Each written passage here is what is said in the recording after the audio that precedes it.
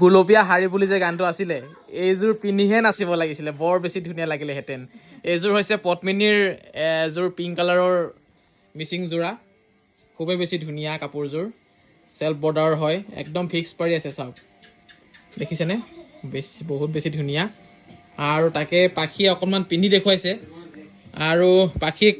ধন্যবাদ জনাইছোঁ মনোজ ভাই ফেশ্বনৰ ফালৰ পৰা আৰু এই কাপোৰযোৰ আপোনালোকে ল'ম বুলি ভাবিলে হোৱাটছআপ কৰিবা হোৱাটছআপৰ নম্বৰ আমি স্ক্ৰীণত দিয়ে ৰাখিছোঁ আৰু কাপোৰযোৰৰ দামো আমি হোৱাটছআপত দি থৈ দিছোঁ 4,300 টকাত আপোনালোকে এই কাপোৰযোৰ পাব বহুতেই বেছি ধুনীয়া এয়া চাওক মেখেলাখন চাওক এয়া চাওক মেখেলাখন